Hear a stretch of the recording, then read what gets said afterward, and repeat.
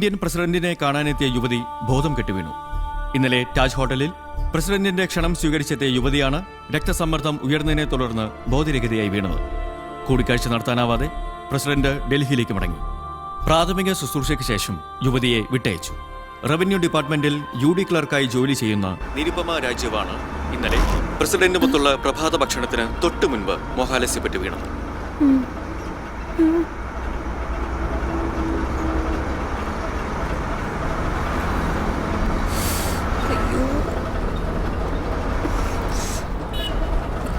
മോളെ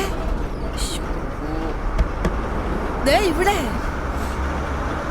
എന്താ ബോധം കെട്ട് വീണതിന്റെ പേരിൽ അവര് നഷ്ടപരിഹാരം വല്ലതും തന്നാ? വെറുതെ വിട്ടുകളയരുത് കേട്ടാ. ആദ്യം കൂടിയപ്പ ബോധം കെട്ട് വീണതാണെന്നും പറഞ്ഞുള്ള ഡോക്ടർ സർട്ടിഫിക്കറ്റ് ആയിട്ട് ചെന്നാ മതി.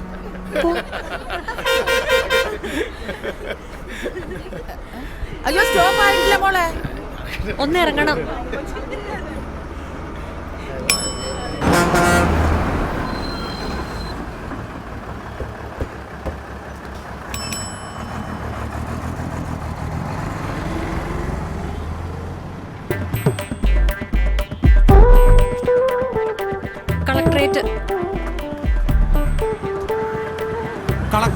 കളക്ടറേറ്റല്ലേ ആ കാണുന്നത്? നടക്കാൻ കുറച്ച് ബുദ്ധിമുട്ടുള്ളോണ്ടാ.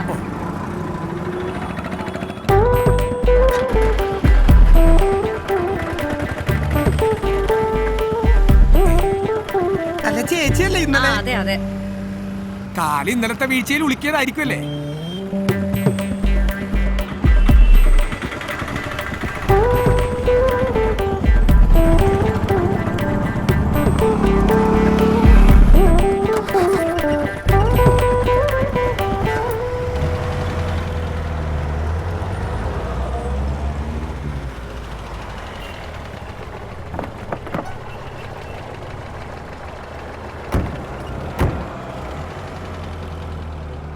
കലക്കിട്ടോ ചേച്ചി?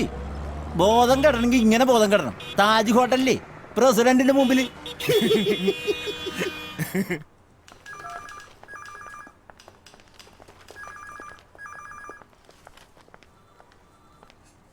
ഏയ് ആ എന്താ ഇവിടെ നിൽക്കുന്നത്? അവിടെ എല്ലാരും എന്നെ കളിയാക്കിക്കൊല്ല റെഡിയായിട്ട് നിൽക്കുമായിരിക്കുമല്ലേ? അല്ലാന്ന് ഞാൻ പറയുന്നില്ല. ഓ എന്റെ ഈശ്വരാ. അതെ, ശരിക്കും താൻ ബോധം കെട്ട് വീണതാണോ അത് ഒഴിവാക്കാൻ വേണ്ടി ബോധം കെട്ട് വീണതായിട്ട് അഭിനയിച്ചതാണോ? ശരിക്ക് വീണതാണോ? തലേന്ന് ഏതോ കൊള്ള സങ്കേതത്തിലേക്ക് കൊണ്ടുപോകുന്ന പോലെ നമ്മളെ കൊണ്ടുപോകുന്നു. പിറ്റേന്ന് രാവിലെ മുതൽ കുറെ തടിമാടന്മാര് നമ്മുടെ ചുറ്റും നിന്ന് ഇരിക്കരുത്, ശ്വാസം വിടരുത് എന്നൊക്കെ പറയുന്നു. ടൈം ബോംബിനെ കുറിച്ചൊക്കെ പറയുന്ന പോലെയാണോ നമ്മുടെ എള്ളുണ്ടിയെ കുറിച്ചൊക്കെ അവര് സംസാരിക്കുന്നത്. പിന്നെ ഒരു ഹാളിൽ കൊണ്ടിരുത്തി ആകാശം ഇടിഞ്ഞു വീഴുന്നേന്ന് പറയുന്ന പോലെ ദേ പ്രസിഡന്റ് വരുന്നേന്നും പറഞ്ഞു. എനിക്ക് എന്തെങ്കിലും ആലോചിക്കാൻ പറ്റുന്നതിന് മുമ്പ് വേറെ 2 രാക്ഷസന്മാരുടെ കൂടെ അങ്ങേര് നേരെ കേറി വന്ന് എന്റെ മുമ്പിൽ വന്ന് നിന്നു. പിന്നെ കണ്ണു തുറക്കുമ്പോ ഞാൻ ആശുപത്രിയിലാ. ഓ, ഇങ്ങനെയൊക്കെ ആണെങ്കിൽ എത്ര പേര് അങ്ങേരെ മുന്നിൽ ബോധം കെട്ട് വീണിട്ടുണ്ടാവല്ലേ? ഇല്ല, first time in the history of India എന്നാ ലച്ചു പറഞ്ഞത്. താനേതായാലും വാ. ഏയ് അല്ല, ഞാനിപ്പോ പാടോ തൂക്കിക്കൊല്ലാനൊന്നും പോകുന്നില്ലല്ലോ. തനിക്ക് ഫേസ്ബുക്കിൽ അക്കൗണ്ട് ഒന്നും ഇല്ലല്ലോ? ഇല്ല. എന്താ? നന്നായി. അതെന്താ? ഒന്നും കാണേണ്ടി വരില്ലല്ലോ.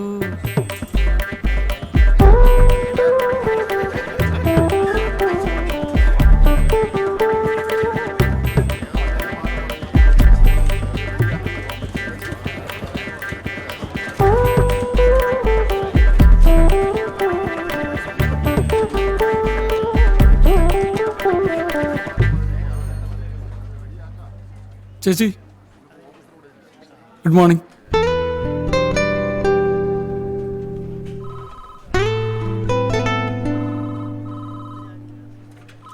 സാറേ, നമ്മുടെ DMO ഓഫീസിൽ നിന്ന് വന്ന് പറഞ്ഞിരുന്നു ഇവിടെ ഒരു ഫസ്റ്റ് എയ്ഡ് ബോക്സ് വെക്കുന്ന കാര്യം. എന്തൊക്കെ ഐറ്റംസ് വേണമെന്നൊരു ലിസ്റ്റ് എടുക്കണം. പ്രധാനമായിട്ട് എന്താ? പഞ്ഞി, പ്ലാസ്റ്റർ, ഡെറ്റോൾ. ഇതിന്റെയൊക്കെ ആവശ്യം എന്താ ഇവിടെ? എന്റെ സാറേ, ആർക്ക് എന്ത് എപ്പോ സംഭവിക്കുമെന്ന് പറയാൻ പറ്റുമോ? ജയചന്ദ്രൻ ഒഴിച്ച് ബാക്കി എല്ലാവരും ഇവിടെ പ്രായമായിക്കൊണ്ടിരിക്കുക. നിനച്ചിരിക്കാതെ ഒരു വല്ലായിക വന്ന തന്നെയല്ല. കഴിഞ്ഞ റിപ്പബ്ലിക് ദിന സന്ദേശത്തിൽ പ്രസിഡന്റ് പറഞ്ഞു എല്ലാ ഓഫീസിലും ഫസ്റ്റ് എയ്ഡ് ബോക്സ് വെക്കണോന്ന്. പ്രസിഡന്റ് അങ്ങനെ പറഞ്ഞോ? പിന്നെ യൂട്യൂബിൽ കിടപ്പുണ്ട്.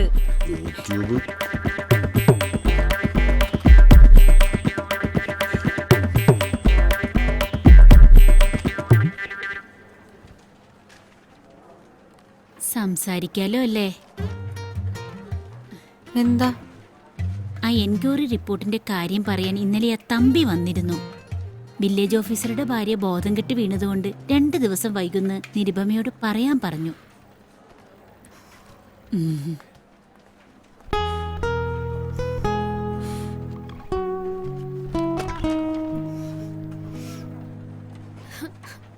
ലച്ചു, നീ കാര്യം എന്താന്ന് വെച്ചാ പറ.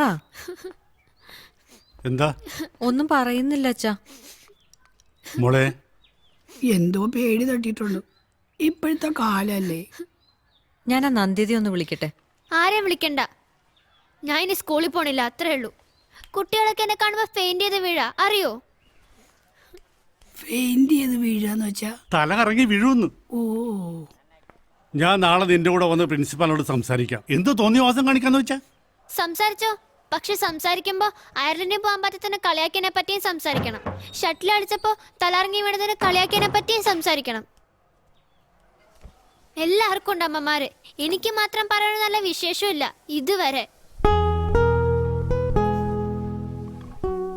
പ്രിൻസിപ്പളോട് അച്ഛന് സംസാരിക്കാം, പക്ഷെ ഫേസ്ബുക്കിലെ നിരുപമ ജോക്സിനെ പറ്റി ആരോടാ കംപ്ലൈന്റ് ചെയ്യാൻ പോകുന്നേ? റെക്കോർഡ് നമ്പർ ഓഫ് ലൈക്സാ, തുറന്നു നോക്ക്.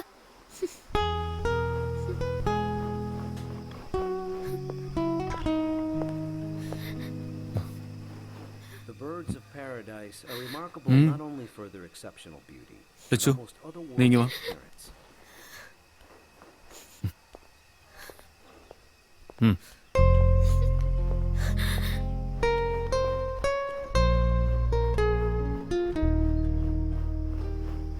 ഒരു ചെറിയ കളിയാക്കൽ കേട്ട ഉടനെ അങ്ങ് വാടിത്തളർന്ന് വീണേക്കുവോ ഇപ്പോഴത്തെ പിള്ളേര്? ഒരു റിയൽ പ്രശ്നം വന്നാൽ ഇവർക്ക് എങ്ങനെയാ ഫേസ് ചെയ്യാൻ പോകുന്നത്? അതെങ്ങനെയാ, എങ്ങനെ ജീവിക്കണമെന്ന് തീരുമാനിക്കുന്നത് ഫേസ്ബുക്ക് അല്ലേ? But as veritable living textbooks on adaptation and sexual selection. അവൾക്ക് ഒരു കുഴപ്പമില്ല അല്ലേ?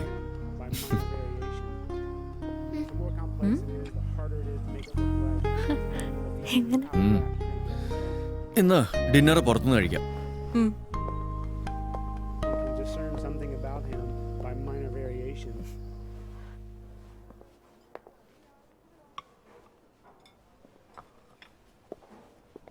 ഇതെന്ത് സാധനാന്നാ പറഞ്ഞത്? Death by chocolate. ഡെത്തോ? ഐസ്ക്രീമിൽ വരെ വയലൻസ് ആയി. നമ്മുടെയൊക്കെ കാലത്ത് ആകെ ഉണ്ടായിരുന്നത് ഒരു ജോയ് ഐസ്ക്രീമാ. അതും വർഷത്തിലൊരിക്കൽ ആരെങ്കിലും മേടിച്ച് തന്നാ തന്നു. ദേ, ഇത് കുറച്ച് എടുക്കട്ടോ, എന്നെ കൊണ്ട് ഒറ്റയ്ക്ക് തീർക്കാൻ പറ്റില്ല. യോ, എനിക്ക് വേണ്ട. അമ്മയ്ക്ക് മടക്കുമ്പോ നിർത്തിക്കോ, ബാക്കി ഞാൻ തട്ടിക്കോളാം. ഞാൻ അവിടെ ഇരിക്കുന്ന ഫിഷ് ടാങ്ക് കണ്ടിട്ട് വരാം. Really cute. സൂക്ഷിച്ച്. പാവം. ഞാൻ കാരണം രാജീവിനും ഓഫീസിൽ അത്യാവശ്യം കളിയാക്കൽ കിട്ടിയിട്ടുണ്ടാവും അല്ലേ? സോറി.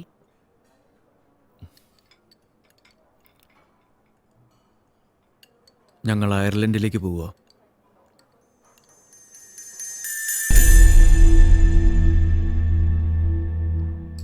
ഞങ്ങളെന്ന് വെച്ചാ? ഞാനും ലച്ചു.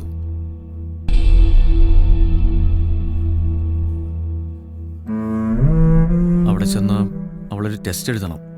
പാസ്സായ 9th തന്നെ അഡ്മിഷൻ കിട്ടും. അതവൾ ക്ലിയർ ചെയ്യും. ഇവിടുത്തെ സ്കൂൾ റെക്കോർഡ്സ് ഇംപ്രസീവ് ആയതുകൊണ്ട് അക്കാഡമിക്കായിട്ട് തീരണമെന്നില്ല. ഒരു 2 bedroom അപ്പാർട്ട്മെന്റ് ഞാൻ ശരിയാക്കിയിട്ടുണ്ട്. സ്കൂളിൻ്റെ അടുത്ത് തന്നെയാ. തുടക്കത്തിൽ എനിക്ക് വലിയ ശമ്പളമൊന്നും ഉണ്ടാവില്ല. അവിടെ കമ്പ്യൂട്ടർ പ്രോഗ്രാമേഴ്സിന് വലിയ ഡിമാൻഡൊന്നുമില്ല. അതുകൊണ്ട് നിനക്കൊരു ജോലിയില്ല, നമുക്ക് 3 ആൾക്ക് അവിടെ നിൽക്കാൻ പറ്റില്ല. പിന്നെ അച്ഛനും അമ്മയും ഇവിടെ ഒറ്റയ്ക്കാക്കിയിട്ട് പോകുന്നതും ശരിയല്ലല്ലോ. അങ്ങോട്ട് വരാനേ പറ്റില്ലെന്നല്ല ഞാൻ പറഞ്ഞത്. ഞാൻ നോക്കട്ടെ, നിനക്കൊരു ജോലിയോ എനിക്കൊരു ബെറ്റർ പ്ലേസ്മെന്റോ കിട്ടുന്ന സമയത്ത്. ആ സമയം എന്നാണെന്ന് പറയാൻ പറ്റുമോ രാജീവിന്? 1 വർഷം? 2 വർഷം? അതുവരെ ഞാൻ എന്ത് ചെയ്യണം? എന്നത്തെയും പോലെ രാവിലെ ഓഫീസിൽ പോവുക, തിരിച്ചു വരിക അല്ലേ? അത് മാത്രമാണോ നിമ്മി? ഇവിടെയും കാര്യങ്ങളില്ലേ? എന്ത് കാര്യമാണ് രാജീവ്? ഞാൻ നോക്കാൻ മാത്രം അച്ഛനും അമ്മയ്ക്കും ആരോഗ്യക്കുറവൊന്നുമില്ല. ഇപ്പോഴും അവരുടെ കാര്യങ്ങളൊക്കെ നോക്കുന്നത് അവര് തന്നെയാ. അത് രാജീവിനും അറിയാം. എന്റെ കാര്യങ്ങളെന്ന് പറയുന്നത് ലച്ചുവും രാജീവുമാ. നിങ്ങളങ്ങ് പോയി കഴിഞ്ഞാൽ പിന്നെ എനിക്കിവിടെ വേറെ കാര്യങ്ങളൊന്നും ഇല്ല. രാജീവിന്റെ സ്വപ്നമാണ്, എനിക്കറിയാം. അതിന് ഞാൻ തടസ്സം നിൽക്കില്ല. പക്ഷെ ലച്ചു കൊച്ചുകുട്ടിയാണ് രാജീവ്. അവക്ക് ഞാൻ വേണം. ഒറ്റയ്ക്ക് മാനേജ് ചെയ്യാന്നുള്ള കോൺഫിഡൻസ് അവൾക്കുണ്ട്. അത് അവൾ എന്നോട് പറയുകയും ചെയ്തിട്ടുണ്ട്. പിന്നെ ഞാനും ഇല്ലേ അവിടെ. അവൾക്ക് ഇങ്ങനെ ഒരു ഓപ്പർച്യൂണിറ്റി വരുമ്പോൾ നമ്മൾ 13 വയസ്സുള്ള ഒരു പെൺകുട്ടിക്ക് ഓപ്പർച്യൂണിറ്റിയേക്കാൾ ആവശ്യമുള്ള ചിലതുണ്ട്. ഒരമ്മയ്ക്ക് മാത്രം ചെയ്തു കൊടുക്കാനും പറഞ്ഞു കൊടുക്കാനും പറ്റുന്ന കാര്യങ്ങളുണ്ട്. അത് അവക്ക് മനസ്സിലാവണമെന്നില്ല. പക്ഷെ രാജീവ് മനസ്സിലാക്കണം. നിമി, നീ ആദ്യം സെന്റിമെന്റ്സ് മാറ്റി വെച്ചിട്ട് സ്ട്രെയിറ്റ് ആയിട്ട് ചിന്തിക്കാൻ ശ്രമിക്കുക. അമ്മയാണെന്നുള്ള സെന്റിമെന്റ്സ് ആണോ ഞാൻ മാറ്റിവെക്കേണ്ടത്? അത് മാറ്റിവെച്ചിട്ട് എനിക്ക് ഒന്നും സ്ട്രെയിറ്റ് ആയിട്ട് കാണണ്ട. അയർലൻഡിൽ ഒരു നമ്പർ 1 സ്കൂളും ഒരു ഇന്റർനാഷണൽ സിലബസും കാണണ്ട.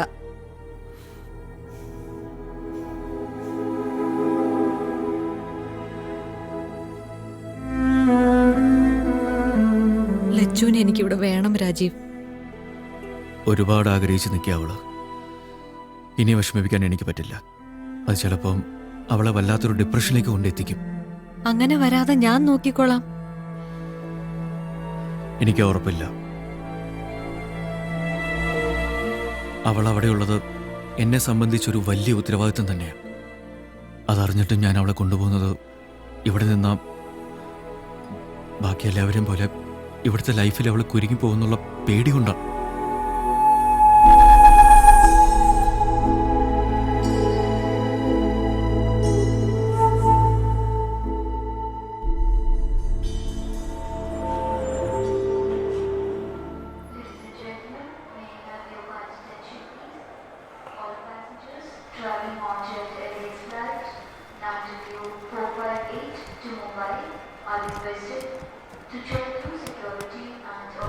അവിടെ എന്ത് കാര്യമാണെങ്കിലും സ്കൂളിലെ ചെറിയ ചെറിയ വിശേഷങ്ങളാണെങ്കിലും അച്ഛനോട് പറയണം.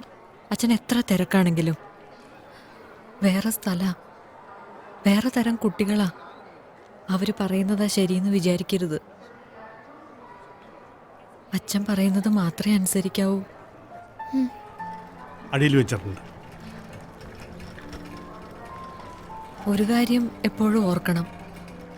അച്ഛനും അമ്മയും നിനക്ക് നല്ലത് വരണമെന്ന് വിചാരിക്കുന്നത് പോലെ വേറെ ആരും വിചാരിക്കില്ല. വേറെ ആരും. എനിക്കറിയാം അമ്മ. വീട്ടിൽ ഞാൻ സ്കൈപ്പ് സെറ്റ് ചെയ്ത് വെച്ചിട്ടുണ്ട്. അറിയാലോ, ആദ്യത്തെ ബുദ്ധിമുട്ടേ ഉള്ളൂ. പിന്നെ അമ്മ യൂസ്ഡ് ആയിക്കോളും. എന്തേലും സംശയം ഉണ്ടേ സെബാസ്റ്റ്യൻ സാറോട് ചോദിച്ചാൽ മതി. എല്ലാ ദിവസവും ഒരു സമയം ഫിക്സ് ചെയ്തിട്ട് നമുക്ക് സംസാരിക്കണം. ഞാൻ അമ്മ അടുത്തുനിന്ന് എസ്കേപ്പ് ചെയ്ത് പോവല്ല. ഞാൻ എൻ്റെ ഡ്രീംസിന്റെ പിന്നാലെ പോവാ. പക്ഷേ ഞാൻ എന്ത് ചെയ്യണം എന്ത് ചെയ്യണമെന്നൊക്കെ തീരുമാനിക്കുന്നത് അമ്മ എന്നോട് വഴക്കിടുമ്പോ പറഞ്ഞ കുറെ കാര്യങ്ങൾ വെച്ചിട്ടായിരിക്കും. Don't think that I won't miss U.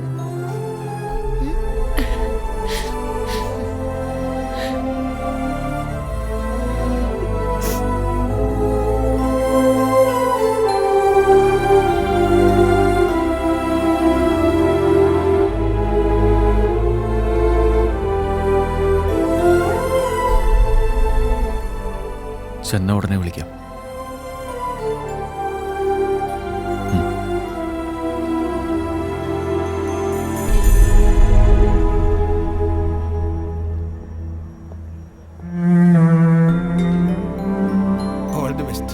Thank you.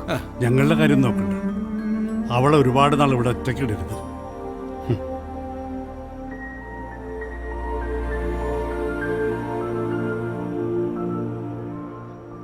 ആ ക്വസ്റ്റ്യൻ എന്താണെന്ന് ഞാൻ പറയട്ടെ. ഇനി എനിക്ക് അതിന്റെ ആവശ്യമില്ല.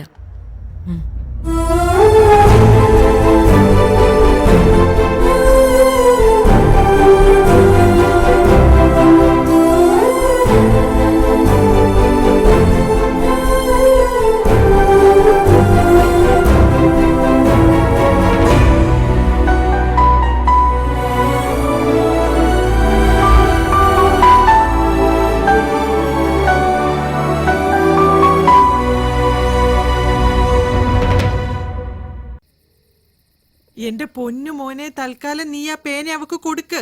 അവളുടെ കാണാതെ പോയത് കൊണ്ടല്ലേ. ഹോംവർക്ക് തീർത്തിട്ട് തിരിച്ചു തരൂ.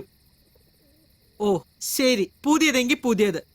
ഇനി വഴക്കിന് പോകരുത് കേട്ടോ.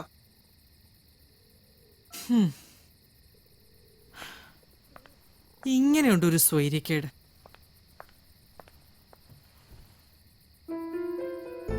ഞാൻ അയർലൻഡിൽ പോകും ശശികലേ. എങ്ങനെയെന്നോ എപ്പോഴെന്നോ ഒന്നും എനിക്കറിയില്ല. പക്ഷെ ഒരു ദിവസം ഞാൻ പോവും. അതിനുള്ള വഴി ഞാൻ കണ്ടുപിടിക്കും. ഉറപ്പാ. 14 വർഷമായിട്ട് ശീലമായിപ്പോയ സ്വൈര്യക്കേടാ. എനിക്കതില്ലാതെ പറ്റില്ലടോ. ഈ പ്രസിഡന്റ് എന്ന് പറയുന്ന ആള് വന്നില്ലായിരുന്നെങ്കിൽ, അവിടെ ഞാൻ തലകറങ്ങി വീണില്ലായിരുന്നെങ്കിൽ എന്നെയും ചിലപ്പോ കൊണ്ടുപോയെന്നെ. അറിയോ? ഏയ്, അതും ഇതുമായിട്ട് എന്താ ബന്ധം? തല കുനിക്കാതെ പറയാൻ പറ്റൂടോ ഇതെന്റെ അമ്മയാന്ന്, ഭാര്യയാന്ന്. ഞാനാകാതിരിക്കാനാ എന്റെ മോളെ എൻ്റെ അടുത്തുനിന്ന് കൊണ്ടുപോയത്. ഞാനാകാതിരിക്കാൻ, നിരുപമയാകാതിരിക്കാൻ.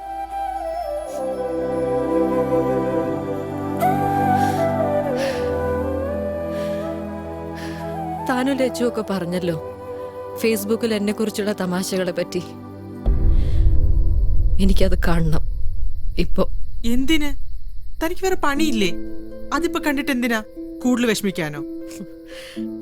ഏറ്റവും വലിയ അടികിട്ടി നിൽക്കുക, അതിനേക്കാൾ വലുതാവില്ലല്ലോ എന്തായാലും.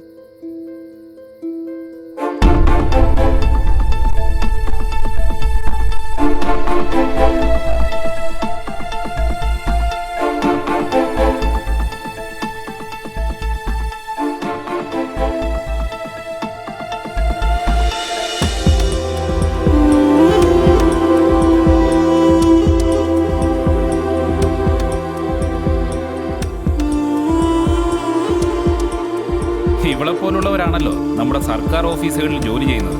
കഷ്ടം.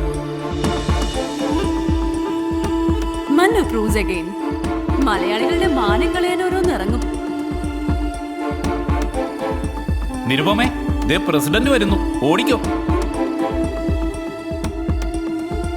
Shame Nirupama, national joke.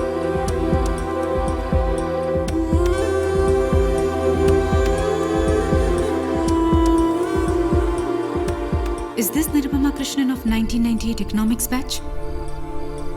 I don't think so. It can't be a Nirupama.